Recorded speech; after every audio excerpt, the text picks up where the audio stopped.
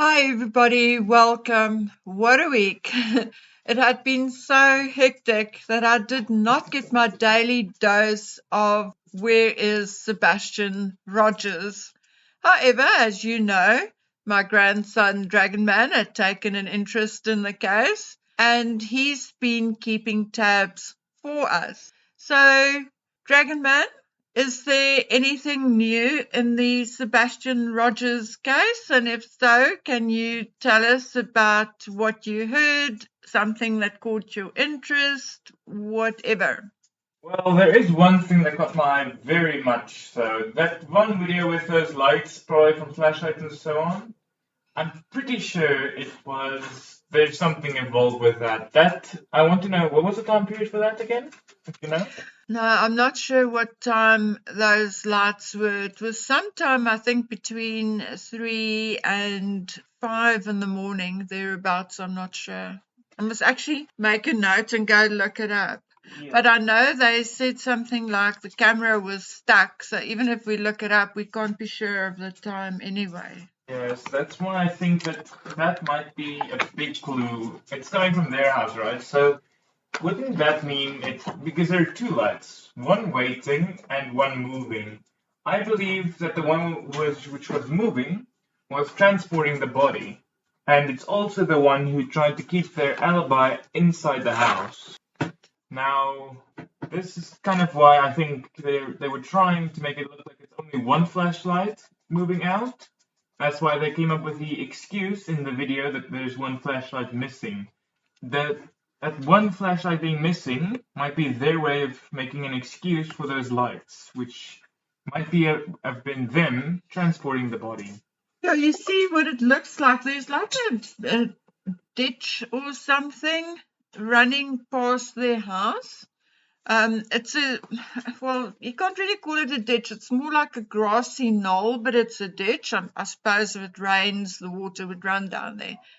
Now, it appears that those two lights actually came from their home through that ditch. And then it appears as if it approaches a vehicle that was parked there. But now, because it's so dark out there and there are no street lights, one can't see what kind of vehicle. But it looks like an SUV type of thing, something with a flat back. I mean, it's so dark, one can't really say. But it looks as if only one light, there are two, but then only one returns towards the Proudfoot home. So one can assume or guess that perhaps the other light disappeared into the vehicle. Most likely going to be the case. If I look at the situation as it is, again, I'm going to guess that it's definitely like that. So the theory that people have come up with that he left willingly kind of gets nullified by every bit of evidence that goes against it, like this light story.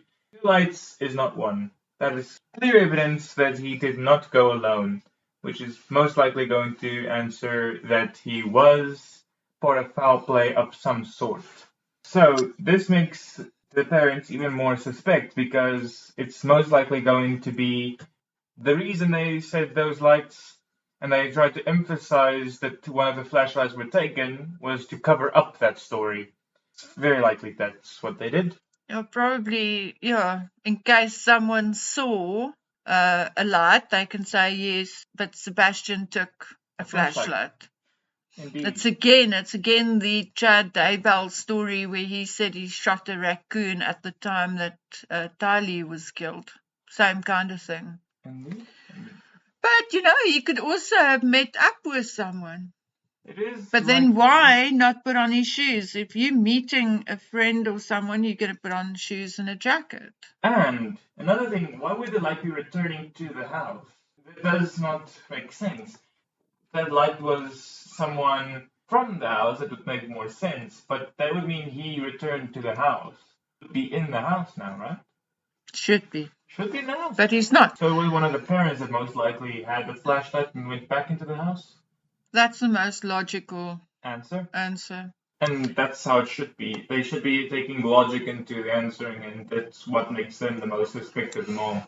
Okay, and was there anything else other than the lights that caught your attention? All right. I actually looked up how many children go missing in the Tennessee area, Mm-hmm. and it's actually 500 to 600 children a month.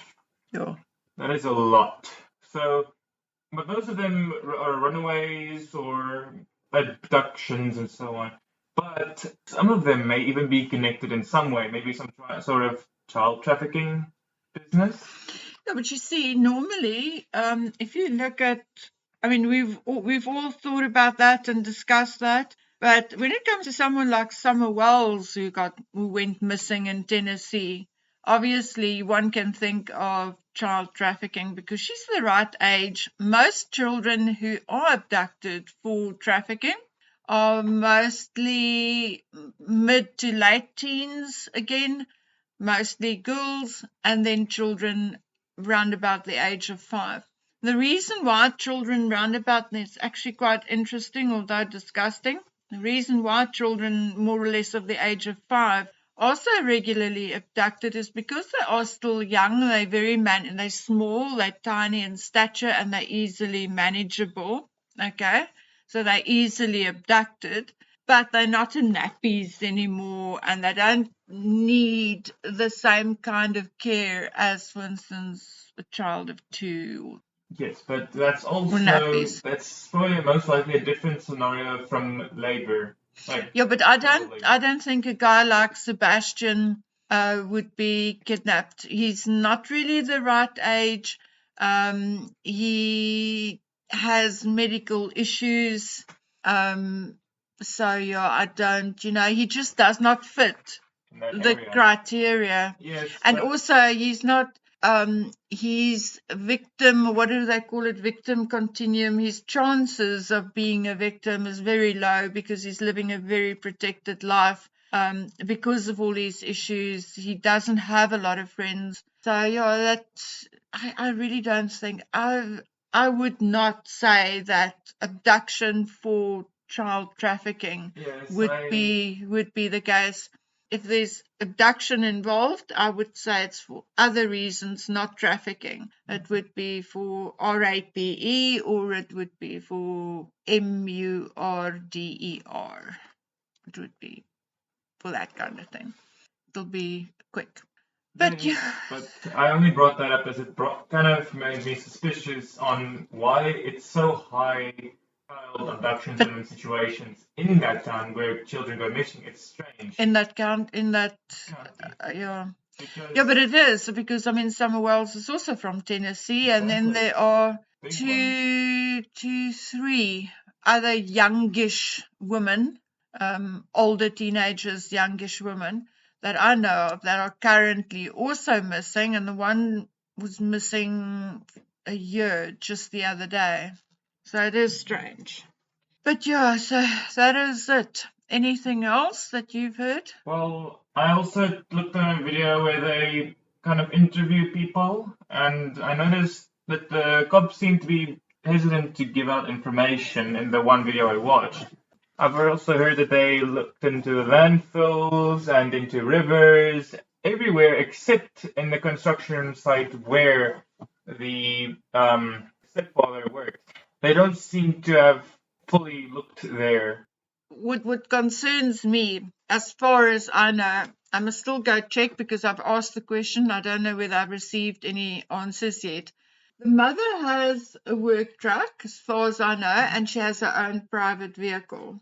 Then they have a motorhome, and I'm sure the father has a SUV truck thingy as That well. also brings So that's 4 vehicles.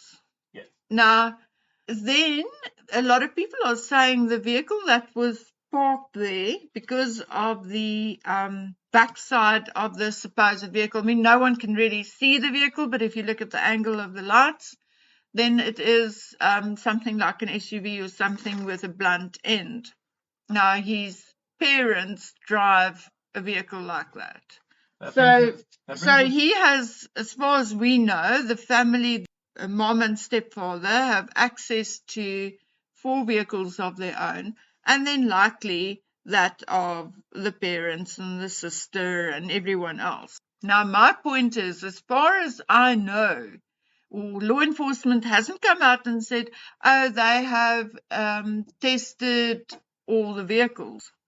If they've tested any vehicle, they've probably tested the father's private vehicle, the mom's private vehicle, and maybe the motorhome. But did they test her work vehicle? Did they test any of the family's vehicles? Did they spray the house with luminol? We don't know. They keep saying they put cadaver dogs and other search dogs through the house. But have they sprayed the house with luminol? Because blood will show up, even if you've washed it off with Check, it will still show up. But a cadaver dog won't sniff blood if it was covered in some strong detergent and stuff. It won't. Yes, So they should spray luminol. Now, as far as I know, law enforcement hasn't come out. They haven't told us which vehicles they've tested and sprayed luminol and whether they did so in the house. So as far as I know, law enforcement hasn't done their work, unless they've done it and they haven't told us. I think that they're definitely hiding something. Maybe they did, or maybe they're not allowed to because of some sort of lack of a warrant. I think is what it's called. Yeah, but I mean, if a child's missing, The when parents should have allowed it, but they haven't given. Even when the cops asked them information, they have been withholding some of the information, haven't they? Yeah, but well, we wouldn't know because we don't know what really happened. I mean, this story doesn't gel 100%. With the routine. She doesn't really, no one's really answered us specifically. I mean, both her and her husband have been asked a couple of times. I've listened to different channels where they've been on, and they've been asked a number of times, is it normal for you to go out and do these things on a Sunday? And not once have they really answered that question. Not once. Also very suspicious. They were maybe trying to make it look like they do it often. In reality, it was just at one time to make it look like a happy little family. Like I've said, they may hide the story, but they hide it too well. And that's why they do foresight into the idea of doing that. Or maybe, I don't know, but it's very likely that that was just another sort of cover-up.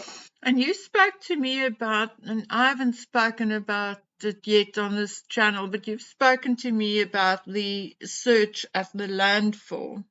Now, the only thing that I'm aware of what they said, what brought it on was because someone, and I would assume it's somebody working for the rubbish removal company, someone said that the Proudfoot's trash were heavier than usual, and that is why they went and searched that landfill. That is the story out there. Whether it is the truth is a whole different matter, but that's the story out there. So, yeah, but apparently, obviously, they're not searching there anymore. So, obviously, apparently, they found absolutely nothing there. This might be another cover-up. Maybe they decided to add a little bit of things to the trash they had to make it heavier, as to make them think that there's something. And when they see there's nothing, then they'll continue to unsuspect them as a suspect. Send them off on a wild goose chase. Exactly, to give them more time to make sure there's nothing in their house that could give away. Like, for example, the blood, they can just check it off and so on, that they can continuously wash it so it can't be noticed till when they return for that evidence. It might be a cover-up. You see, we can also imagine that if there were two torches, that he may have met up with someone. But like you said, why did the one then go back towards the house? Unless he went back to fetch shoes and something had befallen him or between there. But then where is his body? And the thing is, if you asked about a motor car accident, whether he could have been run over and then they picked him up and put him somewhere else. But the thing is, they had cadaver dogs there, they had search dogs. If they'd run him over in the road, okay, and they went and hid his body, I'm sure those dogs would still have sniffed the blood or whatever, or wherever he was run over. They would have found something. I'm sure the dogs would have led them to where the accident occurred, at least. That's true, but in my defense, that was the opinion of an AI that I asked. No, I know, but I mean, these are all questions we have to ask. Yes. Whether it's the opinion of AI or a suggestion from AI, it doesn't matter. These are all questions that one has to investigate. Because Fair. at this point, nobody has any clue, so it could basically be anything. We have suspicions, but we can't take suspicion to court. All right, but one thing we can say about the situation, can almost guarantee it. This is not a simple runaway case. No, Impossible. no. Because the thing is, we know if it's a runaway case, unless someone picked him up in a vehicle, but if it's a runaway case, and let's say he was reported missing within an hour or 2 or 3, how far would he have gotten? Not very. Not very far. Exactly. And I mean, they said the same about Summer Wells. Oh, but she could have gotten this far and she could have gotten that far. And they found another kid so far away and it was so unexpected. You know what? The rule of thumb is if he was reported missing within an hour or 2, he could not have gotten too far. Even if he was picked up by someone. 120 kilometers. Not likely. No, I mean, if he was picked up and they drove away with him, and well, they might have gotten, say, 120 kilometers, 60, 80 miles with him. But I mean, they searched. They had airplanes up, they had drones up, they had radio calls, they had television stations, radio stations, journalists there. I don't know. I really don't know. In that case, why would they want to take the body if they're not sure if they could hide it? Yeah, no, I think that can't be just a simple abductor. As the AI also suggested, it might be a motivated attack on maybe the family, but I don't know who the enemies of the family and all is. I also remember another thing I saw, a picture, 2 pictures of him. One where he looked a bit more grumpy or sad or something, and the other one, which was apparently the newest one, where he looked a bit happier and all. You see, I don't know when or where that newer picture. I just heard his father say that the picture of him in the hoodie with the lettering on is the latest photograph. Now, I don't know whether that was taken on that day when his mom and him were all over the place. I assume so. Yeah, and that, like you said, he looked extremely happy. So I can't imagine what could have happened between there and later that night. I mean, if he was happy, he was relaxed, he ate, he played 10-pin bowling or whatever they did, then he wouldn't run away. Why would he? Definitely not. But as I've said, in the other photo, he looked more grumpy and all. That's why I think that the entire outing was just another way to hide what they were planning to do, which was, Yeah, well, Laurie Vallow took her kids out for the day. She took them out for the day to a nature resort, and they went and they could choose their favorite meals, and they had a lovely day. And the next morning, her daughter was gone. Most likely the same situation there. It's a cover-up to hide sinister intention.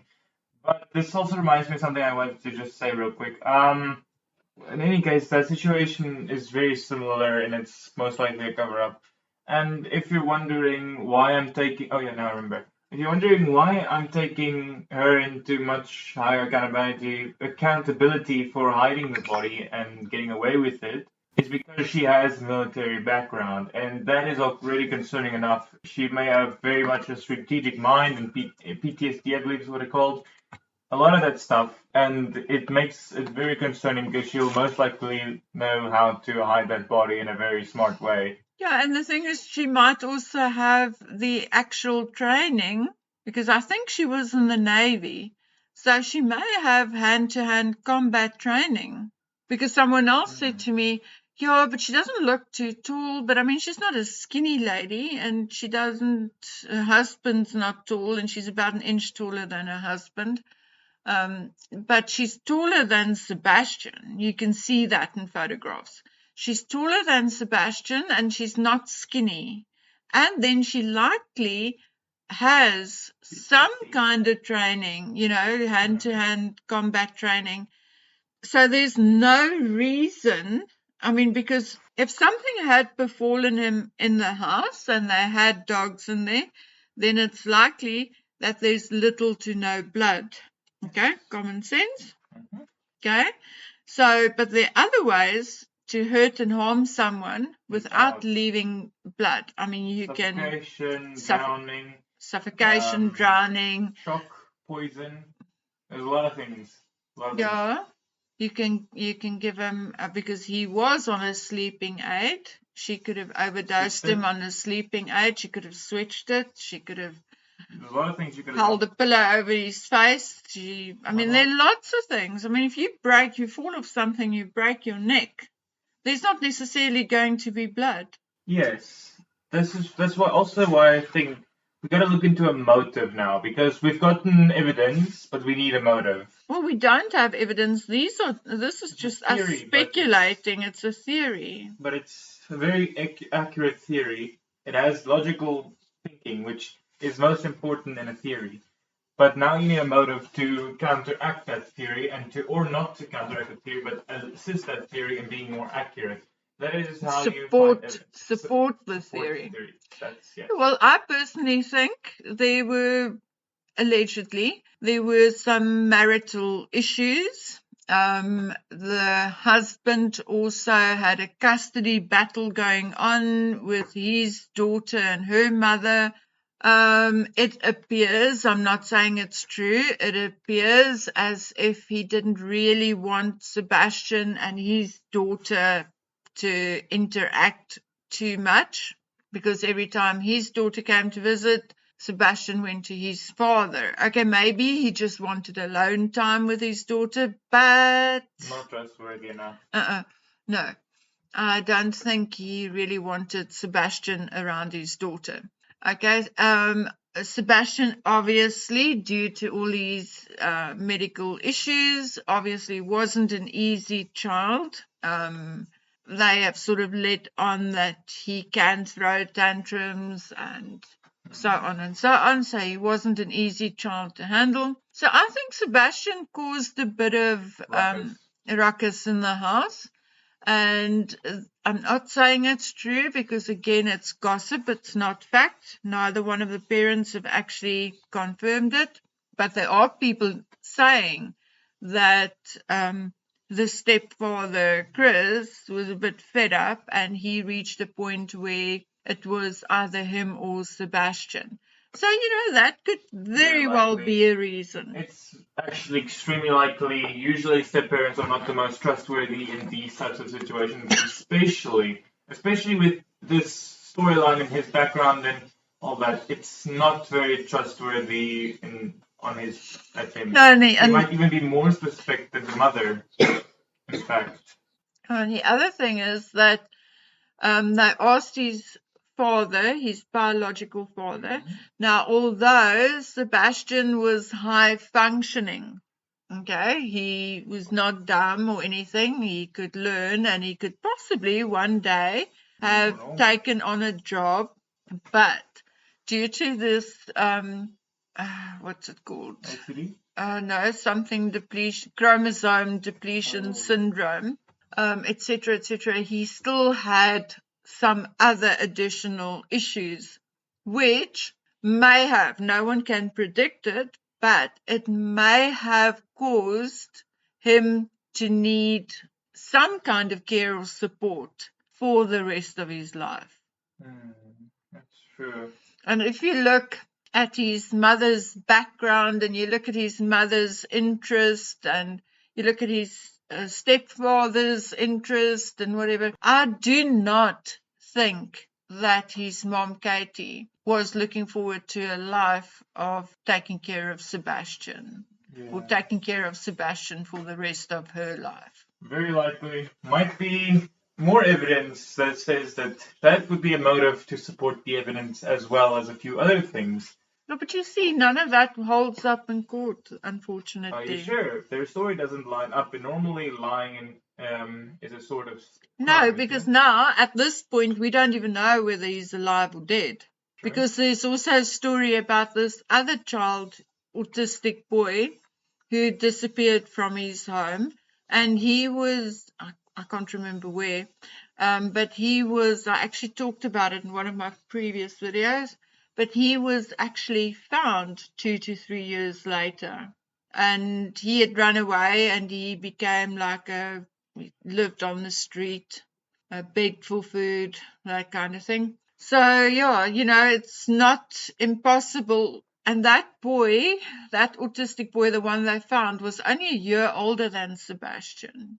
And his autism was slightly worse. And when they found him, was he better or worse than he was when they first had him? No, I don't know. He obviously was physically worse off because he wasn't taken care of. But mentally and emotionally, I don't know. I don't know. I suppose he went back to his parents and they just got him back into what he was doing before. I do not know. Anyway, we're at 28 minutes, so I'm going to cut it right here. We'll keep an eye on Sebastian Rogers.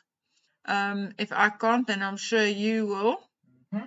And we'll take it from there. Still a few theories, but that's for another time. Yep. Okay, thank you very much. We'll chat again.